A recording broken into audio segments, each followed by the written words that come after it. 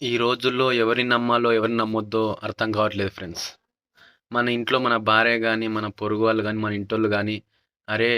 దోస్తుకి గాని, వేరే వాళ్ళకి గాని డబ్బులిచ్చి పరిశాన్ గాకురా అని మస్తు చెప్తారు.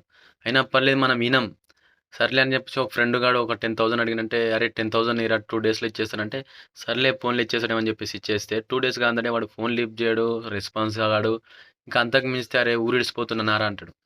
అప్పుడే మనకు అసలైన కథ.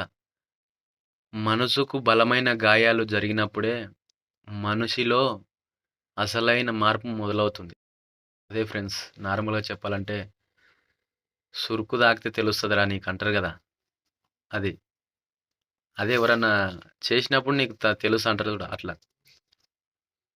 మీరు కూడా ఈ రోజుల్లో చూసి సహాయం చేయాలనుకుంటే చూసి సహాయం చేయండి. ఎవరిస్తారు ఏం కథ అని. అంతేగాని అడిగారు గా అని జెప్పేసి మానవత్వంతోటి మనం పోతాం గానీ తర్వాత జరిగేది మనమే అమాయకులమైపోతాం.